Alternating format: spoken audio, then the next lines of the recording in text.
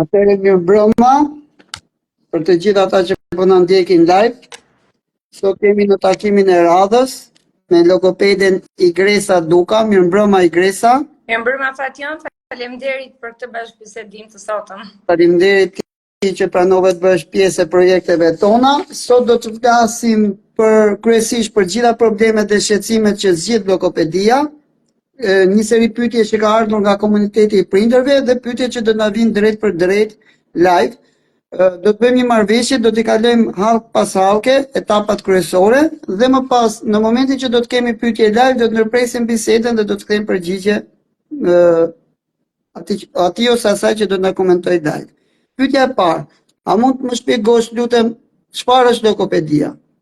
Atëherë logopedia është një shkencë, është një degë e cila merret me trajtimin dhe problemeve të zërit, të komunikimit dhe të gjuhës. Logopedia, një degë shumë kohë më parë, për fat të mirë, vitet e fundit ka marrë atë rëndësinë, le të themi rëndësinë e duhur, sepse më përpara nuk ka qenë kaq e njohur, apo rëndësia e trajtimeve logopedike nuk ishte kaq e madhe, prindrit nuk ishin kaq të informuar dhe të ndërgjegjësuar sa janë sot. Logopedia merret me trajtimin e problemeve të folurit dhe gjuhës, gjithashtu trajton edhe problemet gjuhësore, të cilat vijnë si pasojë një çrregullimi neurozhvillimor apo çrregullimi që ka të bëjë me zhvillimin kognitiv apo sindroma të caktuara. Cilat janë ato raste kur prindi duhet të kërkojnë ndihmën e një profesionisti siç është logopedi? Atëherë, duke marrë parasysh zhvillimin gjuhësor të fëmijëve, në çdo moshë të caktuar, fëmia duhet të ketë ato gurët themeltar apo aftësitë të cilat ne duhet të jemi vigjilent edhe të shikojmë nëse zhvillimi i të folurit dhe gjuhës ecën sipas atij ritmi të duhur apo jo. Dhe duke marrë parasysh që në moshën 12 muajsh fëmia duhet të ketë paktën 5 fjalë, por e rëndësishme është që të shikojmë sjelljen e fëmijës, të shikojmë të kuptuarin e fëmijës, zbatimin e komandave, lojën të cilën e bën fëmia. Nëse kemi një fëmijë 18 muajsh i cili nuk ka asnjë fjalë në fjalor, nuk tregon me gishtë, nuk ka kontakt me sy, nuk di të luajë në mënyrë funksionale, diçka duket se nuk shkon sipas atij zhvillimit të zakonshëm. Gjithashtu në moshën 2 vjeçare, nëse kemi një fëmijë i cili nuk di të luajë në mënyrën e duhur me lodrat, nuk ka një fjalor minimumi prej 50 fjalësh, nuk zbaton komandat, nuk të jep atë ndërveprimin e duhur sipas kontekstit të përshtatshëm, përsëri duhet të jemi të shqetësuar se diçka ndoshta nuk shkon sipas ritmit të zhvillimit. Gjithashtu në moshën 3 vjeçare fëmia duhet të ketë 1000 fjalë, por kur themi duhet të ketë një fjalor me 1000 fjalë, ne nuk është se i numërojmë fjalët, duhet marrim parasysh lojën që bën fëmia, duhet marrim parasysh ndërveprimin e fëmijës me moshatarët, me familjarët, me persona të tjerë, duhet marrim parasysh aktivitetet që bën fëmia, a i bën në mënyrën e duhur, a ndërvepron në mënyrën e duhur, a shfaq emocione në mënyrën e duhur në çdo aktivitet të caktuar, dhe pastaj vjen fjalori. Pra nëse një fëmijë 3 vjeçar ka një fjalor të zgjeruar, që ne si norme kemi 1000 fjalë, a ka filluar që të ketë fraza apo fjali të thjeshta të përbëra nga 3 gjymtyr. Në fakt, fëmijët e viteve të fundit, fëmijët të cilët kanë lindur në kohën e karantinës, në Covid, janë fëmijë të cilët kanë problematika të ndryshme të zhvillimit dhe problematika të ndryshme gjuhësore. Dhe më lejoni që them që konsultat të cilat i kemi bërë pas kohës së pandemisë janë fëmijë të ekspozuar së tepërmi në teknologji, në programe, në kompjuter, në telefon apo në televizor. Dhe kanë ndikuar shumë në zhvillimin e tyre, në zhvillimin kognitiv, por edhe në zhvillimin gjuhësor. Sa ndikon teknologjia në dëmtimin e higjienës së zërit?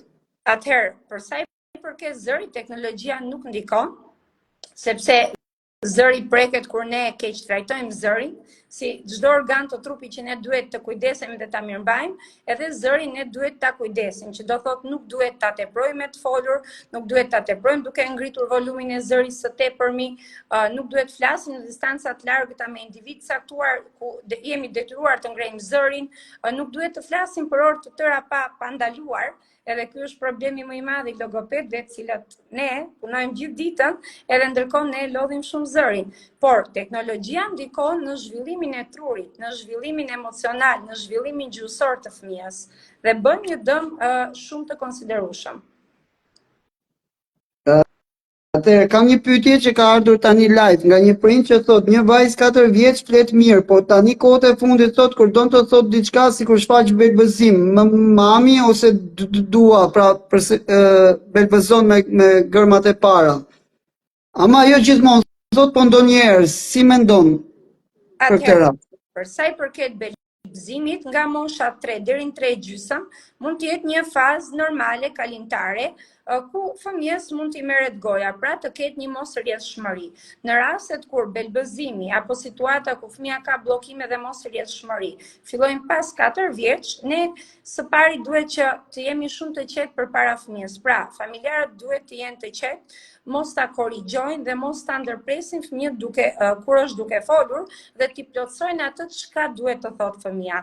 T'i japin kohën e duhur derisa ta përfundojë fjalinë që ka nisur të thotë. Gjithashtu duhet të kenë një mimik të qetë për të mos i shfaqur fëmijës tension, sepse kjo do të ndikonte që ajo mosrjedhshmëria apo bllokimi të shtohej, të kishim një frekuencë më të lartë të marrjes së gojës. Por për një 4 vjeçar, pavarësisht se ka prindër që thonë në kopë shkon shumë mirë, nuk ka pasur asnjë lloj problematika, në familje nuk ka ndodhur asgjë e cila mund të ketë ndikuar në shfaqjen e këtij belbëzimi, në momentin kur ky belbëzimi zgjat 3 muaj apo më tepër, duhet të bëhet një konsult me specialistin, sepse për një shkaktar i cili nuk është i identifikueshëm në moment, belbëzimi mund të jetë pastaj persistent dhe të jetë i shoqërueshëm gjatë gjithë viteve të tjera. Pra ju thot pak më lart që 3 vjeç duhet ketë një fjalor mbi 1000 fjalë. Është deri në kriter për të ketë deri në 1000, por të ketë të zhvilluara frazat e fjalëve dhe gjithashtu ku fjalia është një fjali e thjeshtë, të vendosura gjymtyrat në rendin e duhur, por është shumë e rëndësishme, po e theksoj edhe një herë, të shikojmë ndërveprimin e fëmijës, të kuptuarin e fëmijës, lojën që bën fëmia, është e përshtatshme për moshën dhe sjelljen e fëmijës. Cilat janë ato veprime apo ushtrime që duhet bëj prindi edhe për ta testuar fëmijën përpara kësaj moshe dhe për t'ia mësuar fjalët bazë? Atëherë, keni ndonjë rekomendim? Është shumë e rëndësishme që fëmia edhe ne kur ne trajtojmë fëmijën terapi, nëse fëmia vjen terapi por nuk shkon në kopësht, ato aftësi që i fiton terapi do të ngelen, le të themi, mekanike, sepse çdo aftësi që ne mund t'ia mësojmë një fëmijë me një vështirësi të caktuar apo dhe një fëmijë të zakonshëm, qoftë prindi, një familjar apo dhe terapi, sikur bëhet fjalë për fëmijë me nevoja të ndryshme, fëmia duhet që të ketë kontekste të ndryshme për të zhvilluar aftësitë. Por nëse prindi i bën lëra në shtëpi fëmijës, duhet të niset nga interesat e fëmijës. Pra, aktivitetet të jenë të përshtatshme për moshën dhe duke u nisur nga ato interesat e fëmijës që fëmia të ketë ndërveprim edhe bashkëpunim më të madh. Duhet t'ja komentojmë lojën, duke ja komentuar shkurt dhe qartë. Ka prindër që në përditshmëri më thonë, unë i flas pa pushim. Në fakt nuk duhet i flasim pa pushim, sepse fëmijën e frustrojmë edhe nuk e ka mendjen fare. Ndërkohë duhet t'i flasim dhe t'ja komentojmë lojën qetësisht dhe t'i lëm kohë që edhe fëmia të bëjë një koment, edhe fëmia të na pyesi për diçka gjatë aktivitetit, edhe fëmia të emërtojë diçka, të komentojë diçka. Duhet i bëjnë aktivitete, por në momentin që i bëjmë aktivitetet fëmijës, zakonisht ajo dhoma ku ne i bëjmë aktivitetet në shtëpi nuk duhet jetë rrëmujshme dhe lodrat të hedhura gjitha për tokë, apo duke pasur shumë aktivitete, shumë lodra të cilat fëmia e ka të prekshme, sepse nuk do të fokusohet tek aktiviteti që i bën prindi, por do të tentonte të merrte lodra të gjitha me radhë, duke mos u fokusuar që ta nisë një aktivitet nga fillimi deri në fund. Pra, mbarojmë një lojë, i mbledhim materialet, lodrat, pastaj i vendosim vendin e caktuar dhe marrim një lodër tjetër për të luajtur. Është e rëndësishme që gjatë lojës të jemi të qetë, të kemi kontakt me fëmijën, kontakt me sy, të jemi të ulur në nivelin e fëmijës, edhe të japim të drejtën fëmijës që edhe nëse ai nuk e bën mirë lojën, ne ta motivojmë, ta shpërblejmë që fëmia të përpiqet pak më tepër. Por ndonjëherë ndodh që prindit i kritikojnë fëmijët edhe thonë nuk e bëre mirë, nuk e shprehe mirë. Në fakt, këto komentet ne nuk duhet t'i bëjmë fare, sepse fëmijët, ne jemi modeli i fëmijëve dhe fëmijët marrin atë çka ne ju japim. Dhe është shumë e rëndësishme që ne të jemi një model i mirë për fëmijët në momentin që ne i ekspozojmë edhe i mësojmë një lojë, në momentin që ne i komentojmë një lojë, në momentin që ne u mësojmë fjalë. Por të gjitha fjalët që mësohen, që i emërtohen objektet e lojës apo fjalë të cilat mësohen në një kontekst të caktuar, duhet të përdoren në kontekste të ndryshme gjatë kohëve të ndryshme, që fëmia të gjeneralizojë dhe ta mbajë mend më mirë atë fjalë që i është mësuar. A e këshilloni, po më fal, kishe diçka tjetër? Jo, a jam e qartë për... Po, një pyetje tjetër thot, a e këshilloni ju që fëmijës t'i flitet me gjysma fjalës ose me fjalë përkëdhelëse? Atëherë, kjo është nga ato tema që unë ngrej zërin shpesh, në fakt, fëmijët emërtojnë apo imitojnë atë çka ne ju japim, dhe kur unë thash duhet jemi model i mirë për fëmijën, duhet që të flasim qartë edhe në gjuhë letrare, sepse fëmia do ta dëgjoj fjalën siç ne ja themi, dhe në atë mënyrë do filloj ta imitoj apo ta përdori. Ka fëmijë të cilët janë në një moshë, po them 5 apo 6 vjeç, edhe kanë të folur bebe dhe vinë për t'u trajtuar vetëm për këtë problem. Kështu që duhet jetë i folur i qartë dhe i folur letrar i rrjedhshëm. Jo i folur me përshtypje apo i folur me fjalë të gjysmuara. Ju këshilloni që një vjeç pra që foshnjë fëmia duhet t'i flitet me fjalë të plota, jo me fjalë përkëdhelëse apo me fjalë të... Po, fjalët duhet të jenë të artikuluara mirë edhe qartë, jo me përkëdhelizma, duke i shtuar prapashtesa fjalëve apo fjalë të gjysmuara, sepse edhe fëmia në atë formë i dëgjon. Dhe siç i dëgjon do filloj edhe t'i thotë. Kështu që është shumë të jenë të qarta. Të kuptova. A duhet t'ja mësoj me rokje fjalët apo t'ja mësoj fjalët e plota? Është pyetje. Fëmia në moment prindi fëmijës duhet t'ja mësoj me rokje apo fjalë të plota? Jo. Fëmia duhet t'i dëgjoj fjalët të plota, por fëmia aftësohet gradualisht për t'i artikuluar. Pra nëse ne i emërtojmë një objekt, një lodër, që emërtimi i lodrës është një fjalë e gjatë, fëmia në momentet e para mund të imitojë një rokje, mund të thotë 2 rokjet e para të fjalës. Mirë, po gradualisht duke u aftësuar do vijë ai momenti i caktuar që do emërtojë në mënyrë të plotë, por ne duhet t'ja artikulojmë të plotë fjalën dhe jo të ndarë në rokje. Igreca, kam një prind e cila dyshon që fëmijët e saj kanë simptomat të autizmit. I ka fëmijët e vegjël dhe thot deri përpara se sa të bënin qitpërën e famshme, fëmia im fliste rrjedhshëm, më pas fëmijët u bën të mbyllur. A ndikon, ka ndikuar, pra është kjo shenja autizmit apo jo? Atëherë, nga studime të shumta të viteve të fundit ka qenë një hipotezë shumë vite më parë që vaksina shkakton autizëm, por janë bërë shumë studime të viteve të fundit të cilat e kanë hedhur poshtë të hipotezë. Vaksina nuk shkakton autizëm, në fakt, nëse ne jemi vigjilent që në moshë të hershme, një fëmijë i cili më vonë do të jetë i predispozuar për të diagnostikuar me autizëm, ka në moshë të hershme simptomatika të caktuara. Por çfarë ndodh? Të paktën në Shqipëri ne dëgjojmë dhe familjarët apo miqtë tanë të cilët thonë është fëmijë i vogël fare, pse çfarë pret ti që të bëj ky fëmijë? Dhe ndonjëherë janë shkalojmë ato simptomatika që janë të dukshme. Në momentin që bën vaksinën fëmia, ndodh që fëmijës i përshpejtohen shfaqja simptomatikave, të cilat i ka pasur dhe më parë prezente. Dhe nëse ne marrim parasysh, mua kur vinë në studio prindër të cilët kanë fëmijë me autizëm apo unë bëj konsulta me fëmijë të cilët janë të predispozuar për të zhvilluar autizëm, apo fëmijë të cilët nga vlerësimet e neuropediatrit zhvillimit do të diagnostikohen me autizëm, prindërit thonë që deri në 18 muajsh apo deri në 24 muajsh, nga kjo periudhë, fëmia kishte një zhvillim, le të themi, tipik, normal, dhe në 18 muajsh apo 24 muajsh filloi të pësonte një regres, nuk kishte kontakt me sy, nuk imitonte, kishte fjalor, por ky fjalor u stopua. Igresa, të lutem se na ka ardhur një pyetje. Një vajzë 3 vjeç nuk flet as pak për shkak se ka qenë e prezantuar shumë në telefon.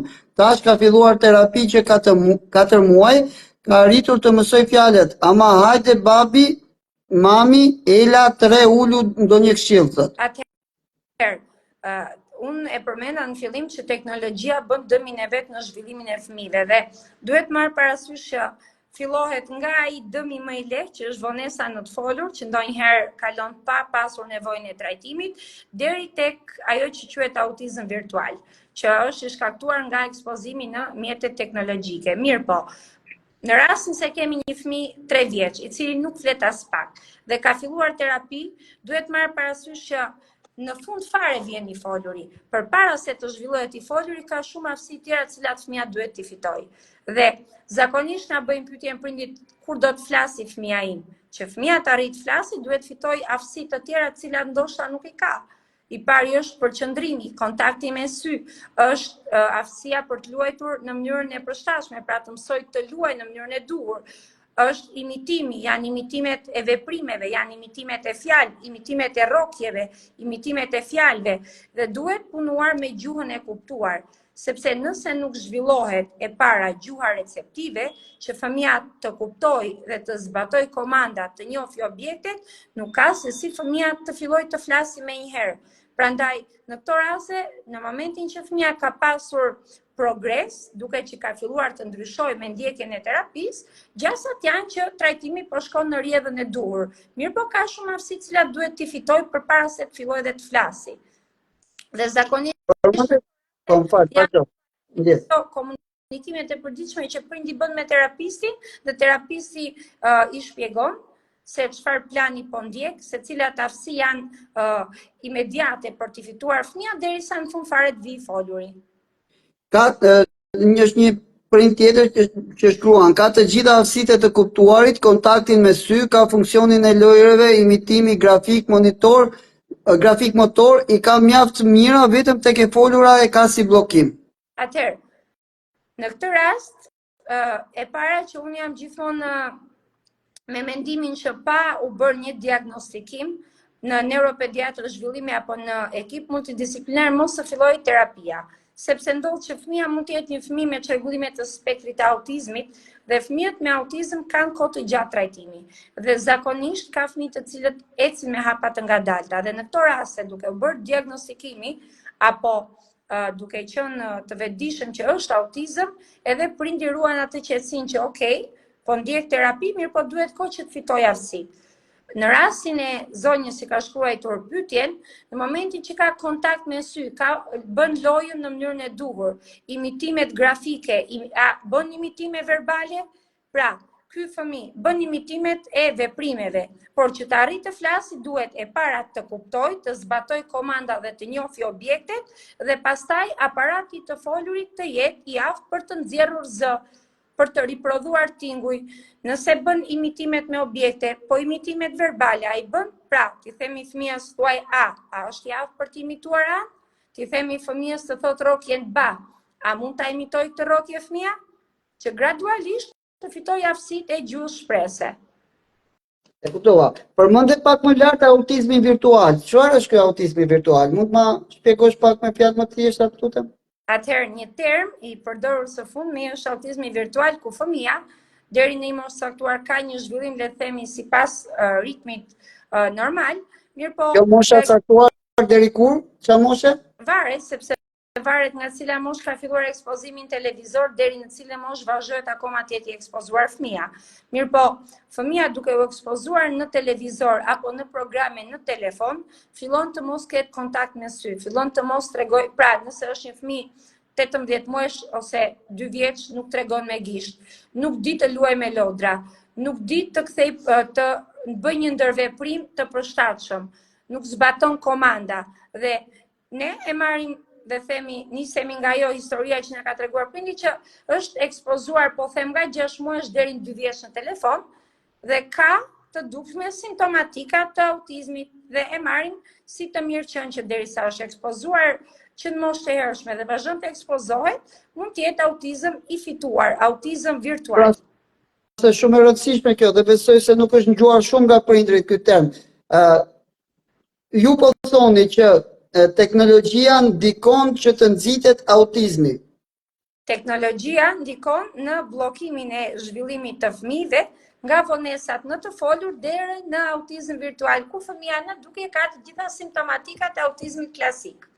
Ka të gjitha simptomat e autizmit klasik. Në çfarë moshë rekomandohet që ta përballesh fëmin përballë teknologjisë? Pra, t'i japësh telefonin, po e them thjesht. Atëherë, edhe për fëmijët e zakonshëm, cilët nuk kanë asnjë lloj vështirësie, në momentin që prindi e lë me telefon një pjesë madhe të ditës, shikojnë fëmijë të cilët nuk kanë një zhvillim shumë të mirë. Janë fëmijë nervoz, janë fëmijë të cilët nuk e kanë atë gjendjen emocionale shumë të zhvilluar.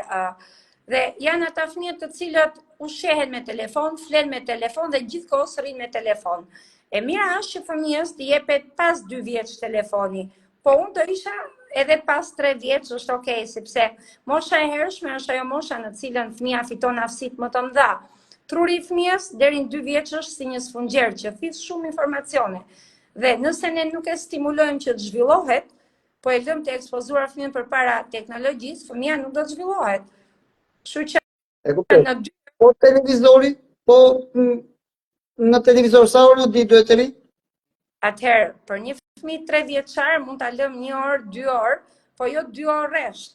Por kjo është e thënë nga unë si logopede dhe si një terapiste që punon 12 vite me fëmijë. Ama një fëmijë i cili ekspozohet shumë në televizor është një fëmijë që, siç e thash, fëmijë që i duan gjërat gati, nuk përpiqen, fëmijë që bëhen nervoz, fëmijë që bëhen qaraman, sepse prindi i thotë që ti tani do bësh një aktivitet zhvillimor, do bësh një Ta ndërpresim, ta vazhdojmë pak më poshtë në respekt të zonjës tjetër që ka shkruar, thotë përshëndetje, desha t'ju bëj një pyetje, vajza 3 vjet ka paralizë cerebrale, por flet shumë pak. Babi, mami, beba, pepa, ama si mund të bëj të mësojmë dhe ne? Duhet të jetë ideja sepse është për gjysmë. Komenti? Atëherë, në faqen time, unë kam bërë shumë poste për sa i përket paralizës cerebrale dhe vështirësive në të folur si pasojë e një paralize cerebrale, dhe paraliza cerebrale ka vështirësi në të folur, fëmijët flasin me vështirësi shumë të madhe, dhe ajo që i ndihmon këta fëmijë për të pasur një zhvillim gjuhësor të mirë është terapia mio-orofaciale. Ajo terapia që bëhet për aparatin e të folurit, për të zhvilluar muskulaturën, për të koordinuar të gjithë artikulatorët që fëmia të stërvitet dhe të flasi. Nga cila moshë duhet bëj, po i njëjti prind thot, nga cila moshë duhet bëjmë terapi për logopedi? Për paralizë. Pra në rastin me cerebrale që kishim. Atëherë, sa më shpejt, në momentin që diagnostikohet problemi, le të filloj terapia. Më lejoni t'ju jap diçka, t'ju them diçka nga eksperienca ime. Unë kam trajtuar edhe vazhdoj të trajtoj fëmijën e parë dhe të vetëm në Shqipëri me sindromën Rubinstein-Taybi, që është një sindrom shumë pak i njohur në Shqipëri.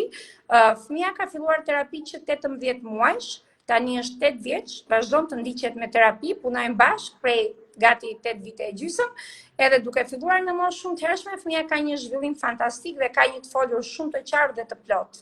Kështu që në momentin që ne diagnostikojmë çdo lloj vështirësie që ka fëmia, e mira është që të filloj trajtimi.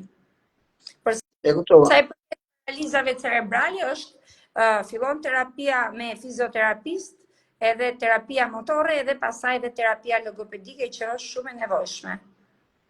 Ingresa, pyetjet janë të shumta që kanë ardhur këto ditë në lidhje me logopedin dhe ne do mundohemi që të thrasim sa më shumë logoped në edhe ju jeni e mirëpritur disa herë në takimet tona sepse duket që prindrit kanë një etje dhe një kuriozitet shumë madh për shumë gjëra që ndoshta në Shqipëri nuk janë trajtuar shumë. Flasim pak për higjienën e zërit. Çfarë është higjiena e zërit dhe çfarë duhet të shmangi për të pasur një zë të shëndetshëm?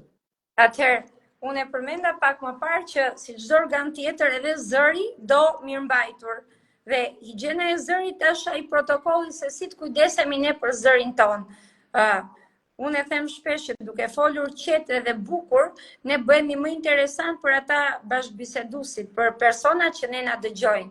Ama duke pasur një zë të ngjirur, një zë me volum të ulët apo një zë me volum shumë të lartë, ne nuk jemi interesant për dëgjuesit.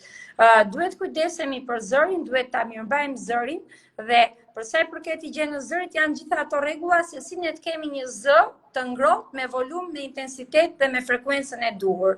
Edhe siç e përmenda edhe më parë, duhet që të bëjmë her pas here pushim, të paktën individët, profesionistët të cilët flasin në mënyrë të vazhdueshme gjatë ditës, sepse ajo është puna e tyre, duhet që të marrin kohë dhe të pushojnë, që të shplodhin kordat vokale.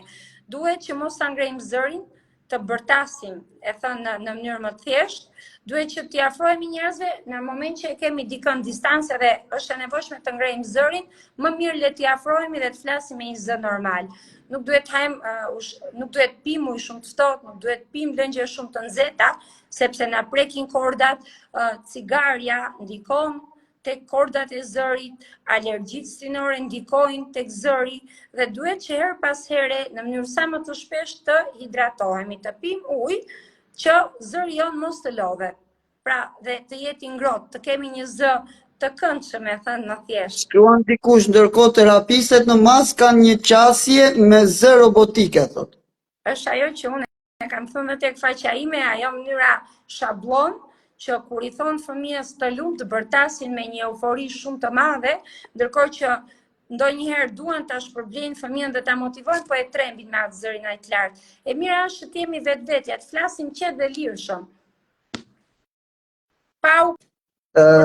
Ajo bëhet në fakt për të imituar ata terapistët e famshëm në mbar botën, po më mirë me zërin ton qetë se është më i ngrohtë dhe depërton më mirë te fëmijët. Kush janë disa nga aftësitë gjuhësore shprehëse që duhet zhvillohen, domethënë në këtë grup moshë ke fëmijët? Pra që fëmia mos thuhet që ka një çrregullim me zërin. Kush janë disa nga aftësitë gjuhësore shprehëse? Atëherë, për zërin është zakonisht është për individ më të rritur, të cilët kanë një zë shumë të ulët apo zë shumë të lartë, nuk kanë kontroll tek volumi i zërit, apo kanë një zë të ngjirur. Edhe unë vetë që jam logopede nuk kujdesem kaq shumë për zërin tim. Ka pas edhe periudha që kam qenë 6 muaj me zë të ngjirur nga puna e përditshme me orare gjata, por zakonisht problematikat e zërit prekin individët e rritur. Nuk është se mund kemi një fëmijët në moshat vogla zakonisht e ngrën zërin së tepërmi, po kjo nuk është se mund bëhet problem serioz që më vonë duhet trajtuar. Ama për fëmijët në grup moshën le të themi 2 deri në 4, ndodh që fëmijët nuk artikulojnë mirë. Nuk artikulojnë mirë edhe prindrit thonë që ky thot gjysma unë nuk e kuptoj. Atëherë, po, më fal, vazhdo. Fëmia mund të jetë 3 vjeçar, edhe e ka të kuptuarin shumë të mirë, e ka sjelljen shumë përshtatshme në kontekste të ndryshme, ka një ndërveprim shumë të mirë edhe të përshtatshëm me moshatarët, e bën lojën në mënyrën e duhur, zbaton radhën në lojë, mirë po nuk e artikulon mirë fjalët. Me kohën artikulimi do të vijë, do të përmirësohet, po në momentin që një fëmijë 5 vjeçar ka një artikulim jo të qartë dhe nuk kuptohet nga të tjerët, pastaj është e nevojshme që të ndërhyet me terapi logopedike. Është shpesh kjo pyetja që po përsëritet, nga cila moshë, ta theksojmë dhe një herë lutem, nga cila moshë duhet logopedi, tek cila moshë duhet fillojmë terapinë me logopedin? Atëherë varet nga problematika. Nëse kemi një fëmijë i cili ka autizëm, krahas terapive të tjera është terapia logopedike dhe për autizmin e mirë është terapia të fillojë që 2 vjeç. Për problematika të tjera po them për fëmijët që kanë probleme fonologjike, nuk artikulojnë mirë disa tinguj edhe kjo ndikon në qartësinë e të folurit të tyre, në 3 gjysmë, në 4 vjeç mund të trajtohet me logopedi. Për fëmijët të cilët kanë vetëm disa shkronja dhe preken disa fjalë, edhe në 5-6 vjeç trajtohen, kanë shumë sukses. po për çrregullimet neurozhvillimore, për sindroma të ndryshme gjenetike, të cilat e kanë vonesën në të folur si simptomatik, pra nuk është problemi kryesor vonesa gjuhësore apo vonesa në të folur, por është çrregullimi neurozhvillimor apo sindroma gjenetike, duhet fillojë terapia që në momentin që konstatohet. Ka raste që diagnostikohet 2 vjeç, ka raste që diagnostikohet edhe në një moshë më të madhe, por në momentin që është diagnostikuar fëmia ose në momentin që prindi e ka parë se diçka nuk shkon, të shkojë dhe të kërkojë ndihmën e specialistëve, sepse në moshë të hershme fitojnë dhe rezultatet më të mëdha. Duke u rritur fëmijët, pavarësisht problematikave që kanë, kur kemi të bëjmë me çrregullime neurozhvillimore apo me sindroma të caktuara, atëherë bëhet më e vështirë për të arritur rezultate të kënaqshme. Fëmia flet 2 gjuhë dhe nuk i flet të plota, si duhet veproj prindi në mënyrë që fëmia të ketë fjalët e plota? Atëherë, kjo ka të bëjë me bilingualizmin. Në fakt, bilingualizmi është një avantazh i zhvillimit gjuhësor, por kur vjen nga ndërveprimi njerëzor. Pra, kur ne i flasim, ka prindër të cilët janë, nëna mund të jetë shqiptare, babai mund të jetë një shtetas i huaj, dhe secili i flet në atë gjuhën e vet fëmijës. Në këtë rast nuk ka asnjë lloj problemi, vetëm se ndodh ajo që quhet ndërrimi i kodit dhe fëmia mund ta thotë një fjalë shqip, një fjalë anglisht, po e marr si shembull. Por me kohën do filloj dhe do mësoj të dyja gjuhët shumë mirë. Nuk është se kjo shkakton vonesën në të folur. Pra, kur ne i flasim fëmijëve me 2 gjuhë, nuk shkakton vonesa gjuhësore apo vonesa në të folur.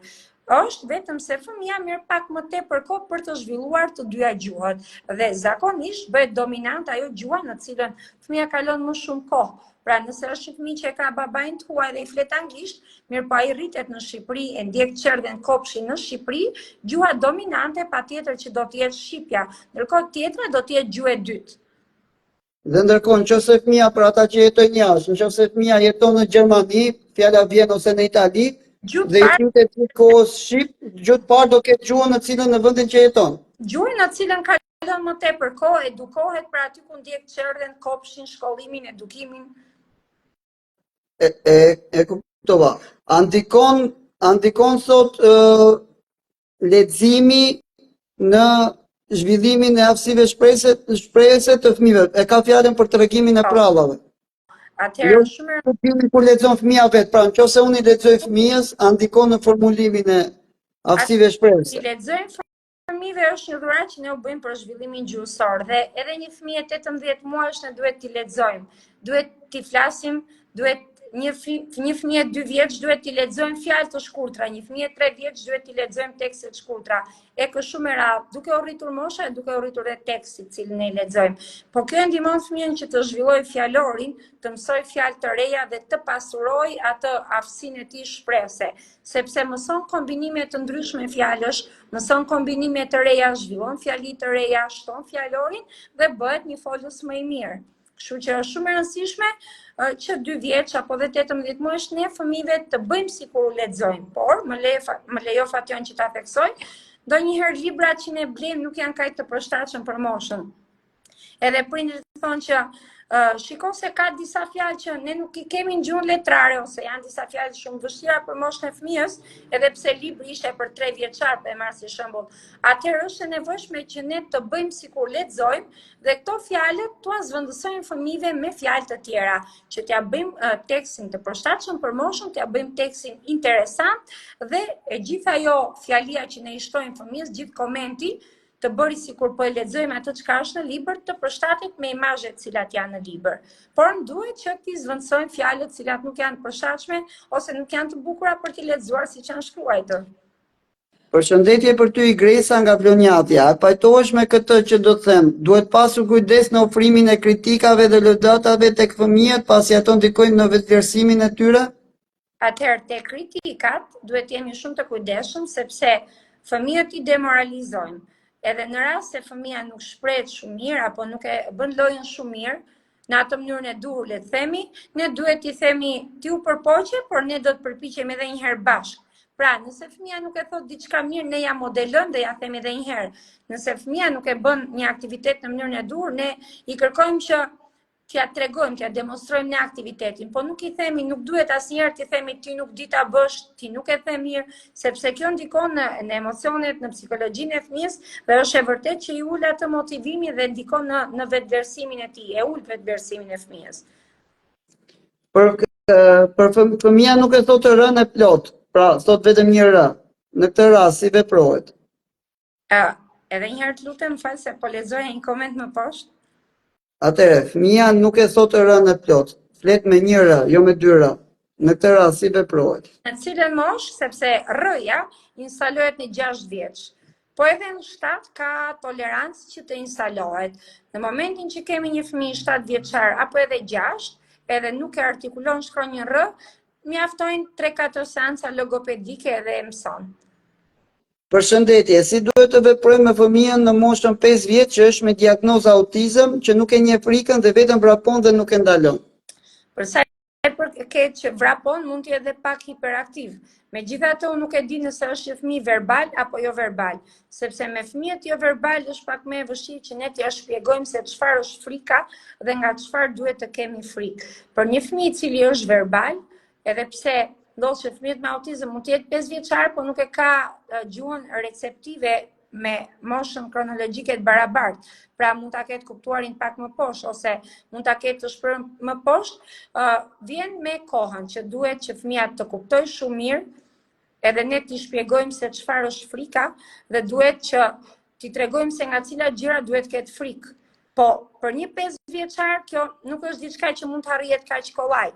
Duke u rritur, duke kuptuar më shumë, duke u shprehur më shumë, ne pastaj i shpjegojmë edhe mësojmë, po kjo gjë bëhet edhe me terapi që ta mësojmë se çfarë është frika dhe nga çfarë duhet kemi frikë dhe ku duhet të kujdesemi që mos na ndodhi diçka e keqe. E kuptoj. Kush është rasti më i vështirë që ke trajtuar?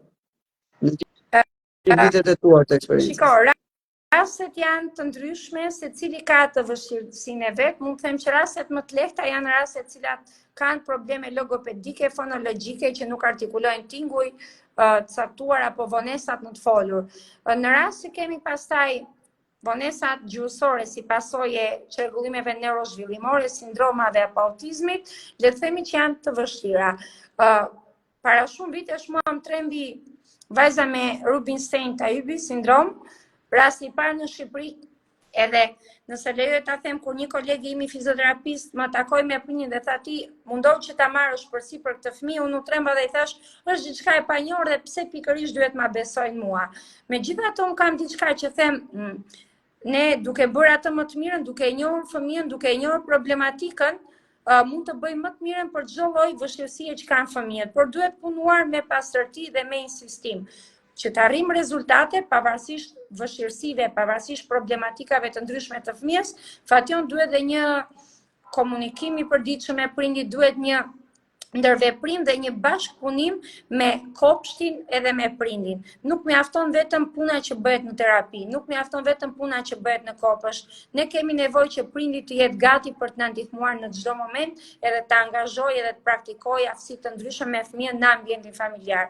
Sepse nëse fëmia bën terapi, shkon në kopësht, mirë po nuk punohet në shtëpi, nuk arrihet rezultat maksimal, sepse në shtëpi kalon kohën më të madhe ditës, kështu që është shumë e rëndësishme të kemi një bashkëpunim terapist, edukator edhe prind, për të arritur rezultate të mëdha.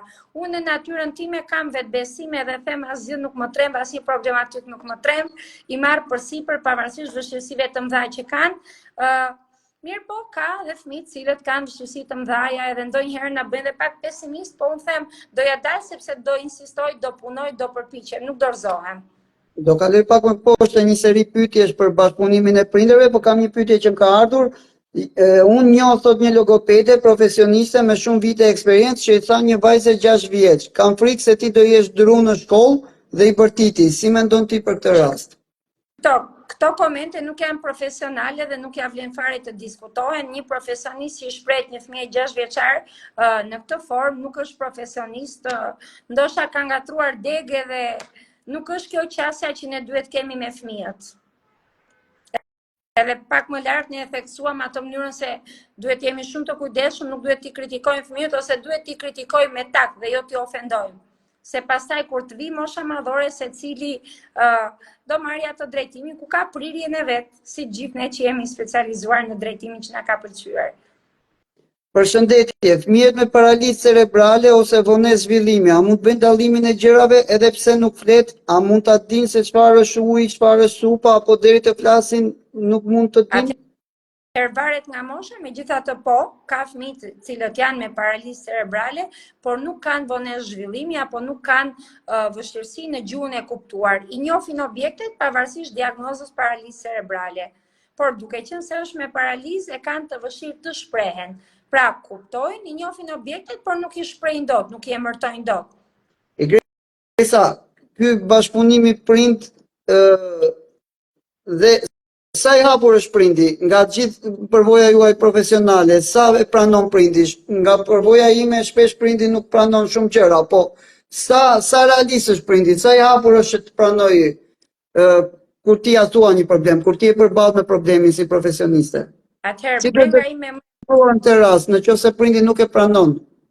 Ajo që në fund të ditës më shqetëson dhe më mërzit është dhe i them vetes, pse nuk punojnë pak më tepër, pse nuk na ndihmojnë pak më tepër, për të pranuar vështirësinë është shumë e vështirë. Edhe ndonjëherë ju jap dhe të drejtë sepse fëmia është dritë e syve dhe kanë dëshirë të pranojnë problematikën. Por është ajo faza që merr kohën e vet, pasi kalon pranimi, duhet filloj trajtimi, duhet filloj bashkëpunimi me terapistët. Ndonjëherë ne kemi edhe prindër të cilët mua më vjen keq që e them, por sulmojnë specialistët që do thonë unë po e çoj në terapi çfarë po bën terapisti, ose unë po e çoj në kopët çfarë po bën edukatori. Por ndërkohë duhet të bashkëpunojmë me ne dhe të na ndihmojnë. Në 12 vite eksperiencë që kam unë, me problematika të fëmijëve nga më thjeshta deri tek më të ndërlikuarat, le të them që 50% e prindërve janë që bashkëpunojnë. Ka prindër të cilët nuk të pyesin fare, as si ka shkuar seanca, as çfarë duhet kem parasysh, as çfarë duhet të bëj në shtëpi, nuk pyesin, nuk ndihmojnë, nuk bashkëpunojnë dhe thonë nuk më bindet mua dhe unë kam dëshirë që të ulem punoj në shtëpi, ndërkohë që në moment që thonë çaj thua. Duhet gjithë përfshihet më shumë. Një pyetje tjetër, ke zhvillimi aftësive shprehëse, ka një tabu tjetër. Çfarë mendimi ke për çerdhen, kopshtin, parashkollorin, sepse ekziston një mentalitet në Shqipëri që prindrit nuk i fusin fëmijët në çerdhe dhe zgjedhin shpesh raste të tjera, me gjithë respektin, rritje me dado, pra i krijon një zonë rahatëje brenda shtëpisë. Çfarë mendimi ke? A ndikon më mirë institucioni arsimor apo kjo zona rahatisë brenda shtëpisë? Atëherë, zakonisht fëmijët të cilët kanë vonesa gjuhësore janë fëmijët të cilët janë mbajtur në shtëpi. Vonesa gjuhësore, vonesa në zhvillim, fëmijë jo shumë inteligjent, jo me një zhvillim emocional të përshtatshëm dhe të mirë, janë fëmijë të cilët janë mbajtur në ambientet e shtëpisë me dado. Truri i fëmijës unë e thash dhe po e them si një sfungjer dhe e mira është 18 muash apo 2 vjeç le të themi fëmia të shkojë në çerdhe sepse në çerdhe ka specialistë janë të përshtatshëm të kenë qasjen e duhur për t'i bërë aktivitete fëmijës për ta stimuluar që fëmia të zhvillohet. Dhe në 18 muash deri në 2 vjeç fëmia zhvillon ato mekanizma trunor më të përshtatshëm, më të nevojshëm. Dhe duke u stimuluar nga një specialist, kemi një fëmijë i cili do të ketë një zhvillim kognitiv më të mirë, do të ketë një zhvillim gjuhësor më të mirë, do të ketë një zhvillim emocional më të mirë. Dhe punën që bën edukatori që është i specializuar për këtë punë nuk e bën dot dadua, po edhe prindrit ndodh që i mbajnë fëmijët në shtëpi, por nuk kanë kohë për të marrë me fëmijën, ndërsa në çerdhe dhe në kopësht ka profesionistë të cilët janë specialistë për ta bërë këtë gjë në mënyrën e duhur. Ka programe specifike në çerdhe në 18 muaj deri në 2 vjeç, fëmia ka programe specifike që t'i stimulojë trurin dhe të bëhet një fëmijë që nesër pas nesër të themi fëmijë i shkathët dhe i zhvilluar, inteligjent. Ndërsa nëse i mbajmë në shtëpi, çfarë do të ndodhi në shtëpi? Do të ndodhi që fëmia rrin me gjyshen, gjyshja shikon, unë them pak në gjuhë popullore këtë pjesë se irritohem, shikon telenovelat dhe fëmia di përmendesh ose këngën ose telenovelat. Ndërkohë që nuk i bëjnë aktivitete të përshtatshme të moshës. Edhe kur janë prindrit intelektual, prindër cilët kanë informacion se si duhet punohet, se cilat janë aktivitetet e përshtatshme për një fëmijë, le të themi 2 vjeç, prindi nuk e ka kohën që të merre dhe të ulet, ndërsa në kopësh bëhet ai programi i strukturuar, apo në çerdhe ka programe ti di dhe më mirë këto të specializuara, të strukturuara, të përshtatshme për moshën, që stimulojnë fëmijën të zhvillojë dhe të bëhet një fëmijë inteligjent, një fëmijë shkatët, një fëmijë një folës i mirë. Kështu që unë fëmijën tim kur t'jem nën, se unë nuk jam nën akoma, do ta çoj që 18 muajsh në qerdhe, që t'i ndjeki ato hakat e zhvillimit nga specialistë të përshtatshëm. Unë do të bëja pyetjen tjetër, nga eksperienca jote, ke njohur fëmijë që mund të jenë rritur në zonën atje, pra me këto që folëm, me gjyshe, me dato, e kanë ndjekur më vonë kopshtin apo parashkollorin ose nuk e kanë ndjekur fare, mund të kesh njohur dhe fëmijë që kanë filluar qerdhen shumë herët, pra kanë filluar njohjen me institucionet arsimore shumë herët. A ke bërë krahasimin, pra nga ana profesionale, këtyre prindërve që mund të jenë akoma dyshues. Pra, se dakor, dëgjojnë Fationin, dëgjojnë Igresën, Fationit mund t'i leverdisi sepse ka një institucion arsimor dhe mund të mbrojë interesat e tij dhe thotë që, pra, menaxhon një institucion arsimor dhe mund mbrojë interesat e tij dhe thotë po, duhet t'i sillnin qerdhe. Igresa është logopediste dhe intereson të flasin nga ana profesionale. Por po të flasësh realisht nga shembujt e tu, nga gjithë eksperienca jote, këtyre prindërve që mund të jenë dyshues, çfarë do t'i thojë realisht? Çfarë këshille do jetë? Ne të gjithë jemi prindër apo do të bëhemi prindër, unë që akoma nuk jam dhe me zhvillimin e fëmijëve nuk bëhet kompromis. Pavarësisht se ne mund ta kemi punë, ti ke një institucion arsimor, unë krahasimin e bëj në përditshmëri të fëmijëve të cilët shkojnë në qerdhe apo në kopësh të fëmijëve që rrinë në shtëpi.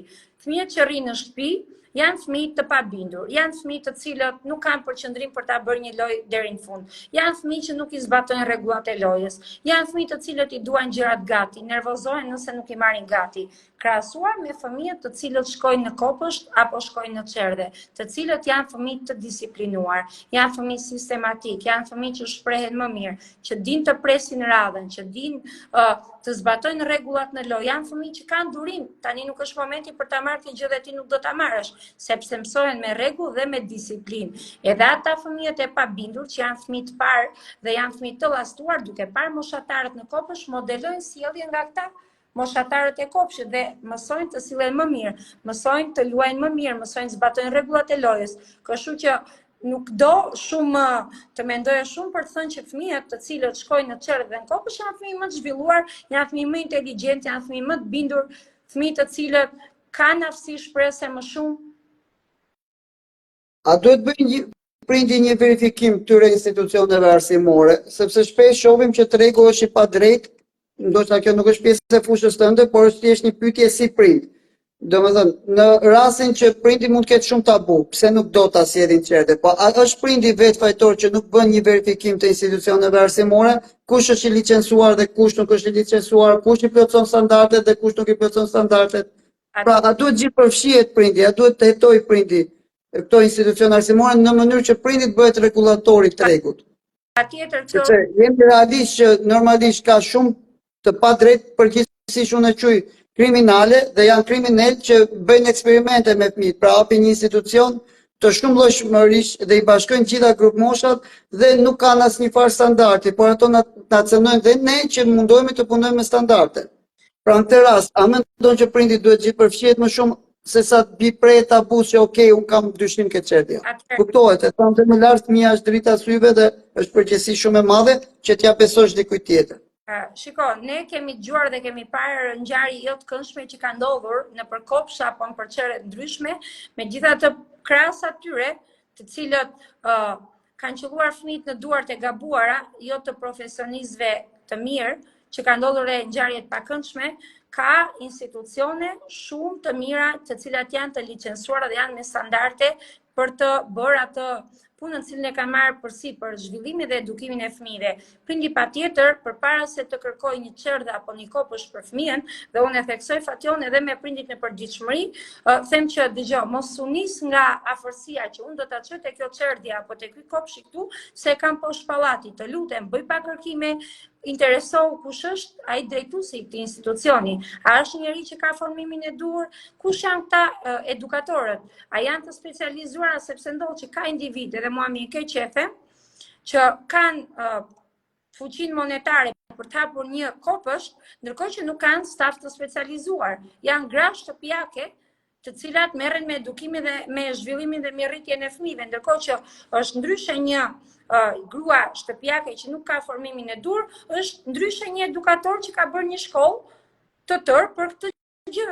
Kështu që duhet të kërkojmë dhe duhet të gjejmë institucionin e duhur. Pastaj që ka prindër që thonë, jo, po shiko se aty ndodhi një incident në këtë kopësh, unë se çoj fare, se dhe aty ku mund ta çoj mund ndodhi një ta gjë. Jo, kjo nuk është e drejtë, sepse ne nuk mund t'i lëmë fëmijët pa edukuar, pa i çuar në çerdhe, pa i çuar në kopësh. Dhe meqense jemi këtu, më lejo të them që problemi më i madh i prindërve në përditshmëri është që o bobo, këta bëjnë vetëm numra shkronja. Tani, unë a them dhe prindërve që punojnë në përditshmëri dhe i kam shumë të mirë, kanë një bashkëpunim, kanë gjithmonë janë të interesuar të mpyesin edhe për fëmijët e tjerë përveç fëmijëve që trajtojnë me mua. Nëse ti edhe para pak ditësh që thash një prindi, e ke çuar 4 vjeç fëmijën. Tani, sipas asaj kurrikulës arsimore të Ministrisë së Arsimit, në 4 vjeç është programi, mos gaboj, me shkronja, me numra, me tekste. Tani se ti nuk e çove që 2 vjeç dhe humbe atë kohën nga 2 deri në 4 që fëmia të bëjë lojë zhvillimore, nuk ta ka fajin institucioni. Se ti thua jo po bëjnë ato, tani ai ndjek një program që e ka bërë tjetër kush, Ministria e Arsimit. Çoje që 2 vjeç që fëmia të ketë dhe kohën e lojës, aktivitetet e zhvillimore të përshtatshme për moshën, se ka prindër që i çojnë 4 vjeç dhe thonë vetëm shkronja, po normal, sepse ai është programi. Jo vetëm kjo, po të ndodh dhe problemi tjetër me parashkollorin dhe me klasën e parë. Ka një galopant, shumë prindër janë të painformuar për këtë pjesë grope që ka nga parashkollorit e klasa parë.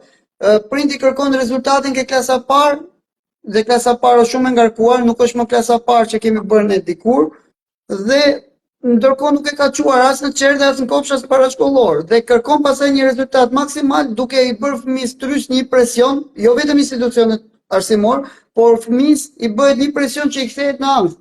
Pra, dhe kjo është një gjë shumë e rëndësishme që duhet theksuar, që ndikon në disavantazhin e zhvillimit të fëmijës, nëse nuk i ndjek këto më përpara. Pra, apat më përpara, çerdhen, kopshin parashkollorin. Sepse është shpesh ajo shpreha që jetën përpara e ka do mësojnë klasën e parë, po klasa e parë është pak më e vështirë se klasa që kemi pas bërë ne diku. Unë ju them prindërve, edhe më lejo ta them dhe këtu, investimi më i mirë është më mirë ti paguash fëmijës një çerdhe dhe një kopës shumë të mirë se sa ti paguash një fakultet shumë të mirë.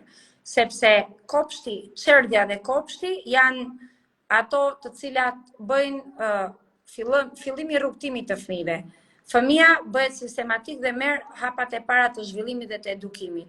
Kështu që nëse ne e çojmë në një çerdhe dhe një kopësh të mirë, fëmia do të mësohet me atë sistematikën dhe mënyrën e mirë të marrjes të informatave.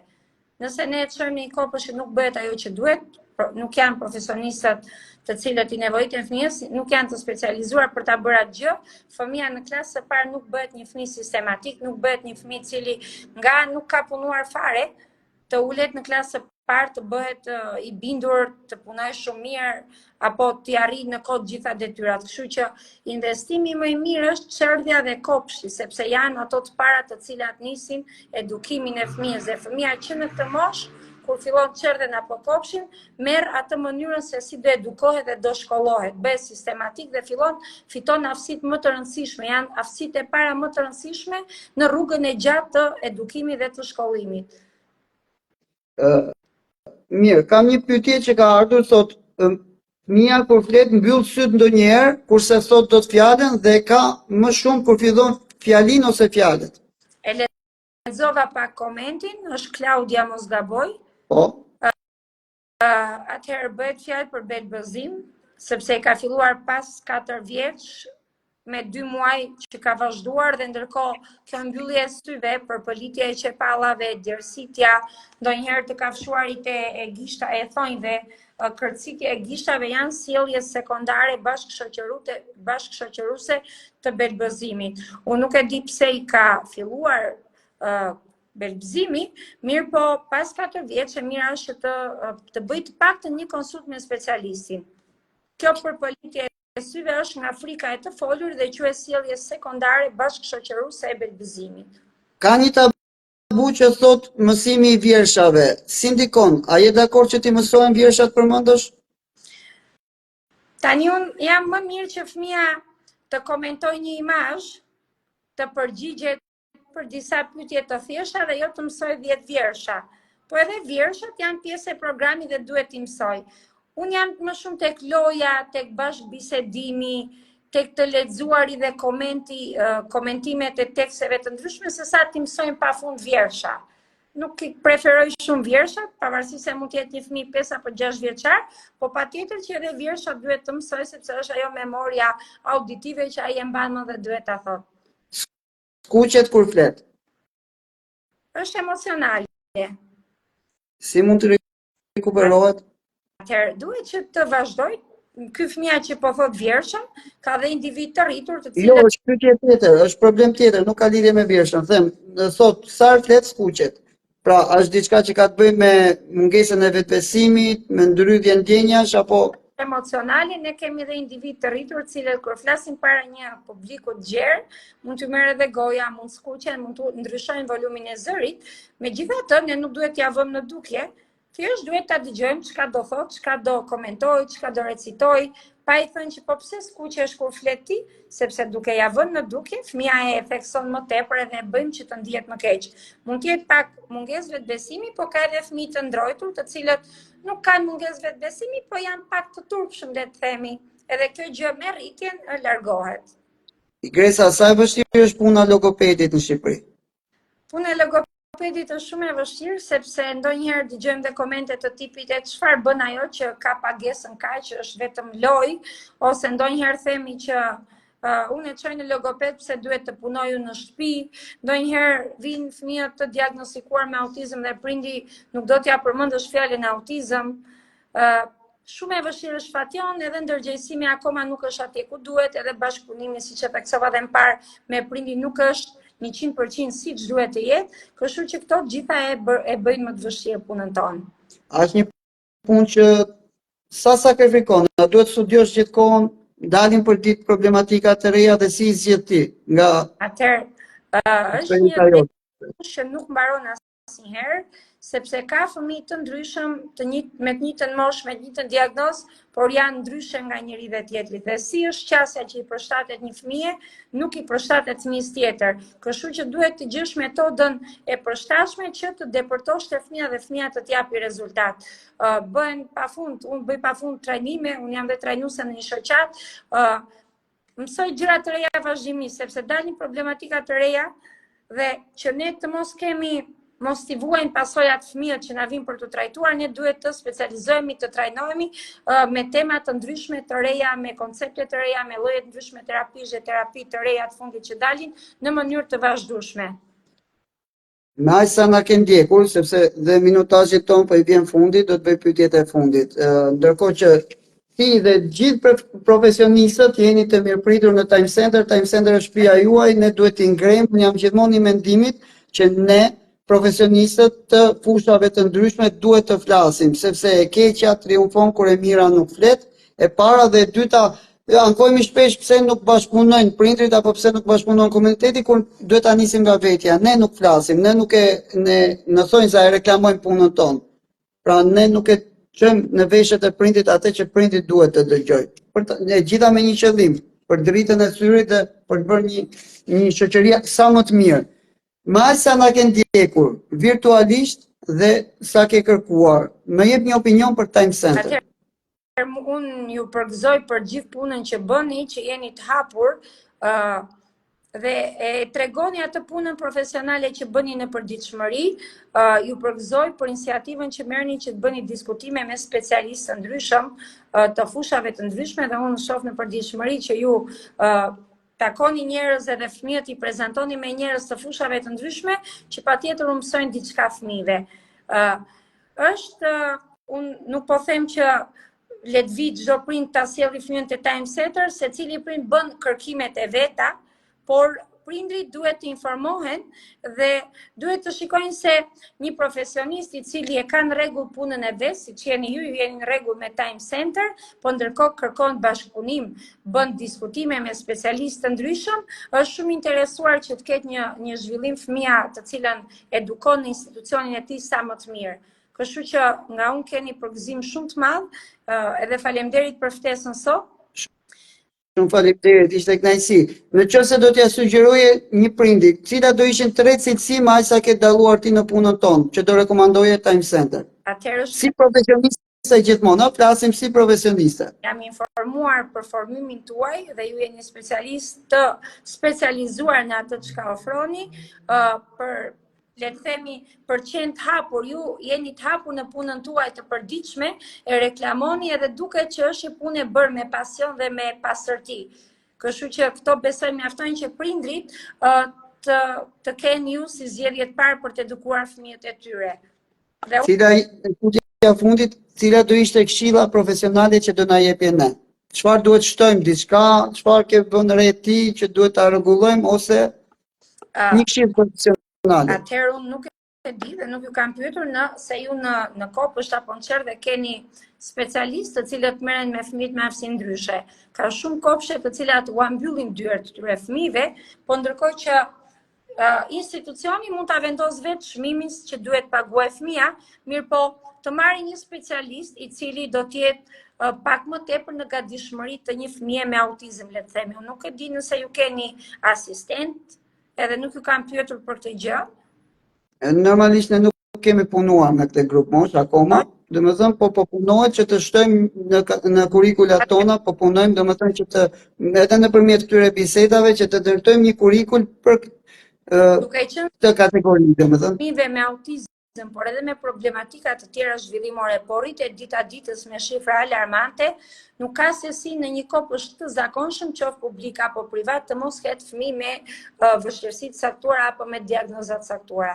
Kështu që ne nuk mund t'u mbyllim derën këtyre fëmijëve, por ne mund t'i themi prindit që ndoshta çmimi të duket pak i lartë, por ti do paguash këtë çmim për ta sjellë në kopshtin tim, pa e marr si shembull, sepse unë nuk e di sa janë çmimet, sepse ne kemi specialistë të përshtatshëm që do ta ndihmojnë fëmijën brenda grupit, sepse ka edhe kopshte fatjon që i pranojnë fëmijët me autizëm pa pasur as asistent, as informacionet e duhura dhe ndërkohë kjo më zhduk jo profesionale, prandaj ne nuk e kemi bërë këtu në institucionin tonë, sepse unë mendoj që duhet të kesh njerëzit e dur në mënyrë që të ofrosh kurrikulat e tilla. Pra ne çdo program kemi punuar fort, kemi ndërtuar kurrikulat fillimisht, kemi marrë eksperiencën dhe më pas jemi ofruar ke prindi. Ne kemi psikolog në institucionin tonë, një nga problemet e mëdha unë ta thash është që prindi shpesh nuk e pranon realitetin në momentin që i thuhet. Absolutisht kjo është një fatkeqësi për çdo, por unë mendoj se fatkeqësia kalohet kur ti përballesh, sesa kur ti mundohesh ta shmangësh, besoj. Dhe nga ana profesionale, gjithë këshillat janë që ti duhet të përballesh. Unë kam një pyetje me që dolëm te kjo pjesë. E kemi parë në shkollat e shtetit, a mendon që këto fëmijë duhet të punojnë në të njëjtën klasë me fëmijë të tjerë, të cilët mund të ecin përparojnë më shpejt, ta kenë zhvillimin pak më shpejt. Me gjithë respektin për prindrit, nuk dua të ofendoj askënd për prindrit që kanë të tilla probleme me fëmijë. Atëherë duhet që fëmijët të integrohen në shkolla të zakonshme apo duhet ndjekin një kopësht të zakonshëm, sepse një fëmijë me autizëm, po e marrim si shembull duke qenë se është duhet jetë në gjitha klasa me fëmijë të zakonshëm, po themi domethënë. Në klasë me fëmijë të zakonshëm, sepse do të marrin nga sjellja e mirë atij fëmijës tipik, që ka zhvillimin tipik. Nëse ne kemi fëmijë me autizëm që integrojmë në një klasë gjithë bashkë, ata nuk kanë çfarë marrin nga njëri tjetri, mund të përkeqësohen në zhvillim apo në sjellje.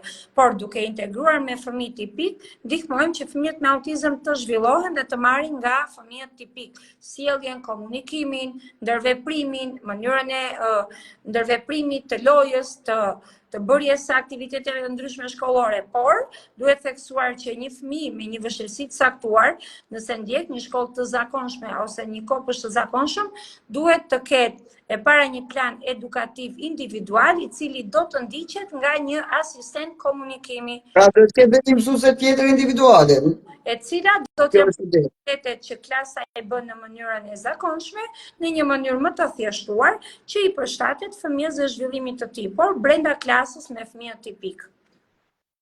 Gresa, ishte shumë kënaqësi që folëm bashkë. Faleminderit. Shumë faleminderit. Pa kënaqësi, Unë i mirëpres gjithmonë këto bashkë bisedimet, më pëlqen shumë të diskutoj për fëmijët, për zhvillimin e tyre, sepse specialistë të fushave të ndryshme, kur mblidhen bashkë dhe diskutojnë, edhe ngrenë zërin për problematikat caktuara, ndezi një dritë jeshile për të ardhmen e fëmijëve që duhet jetë plot shkëlqim.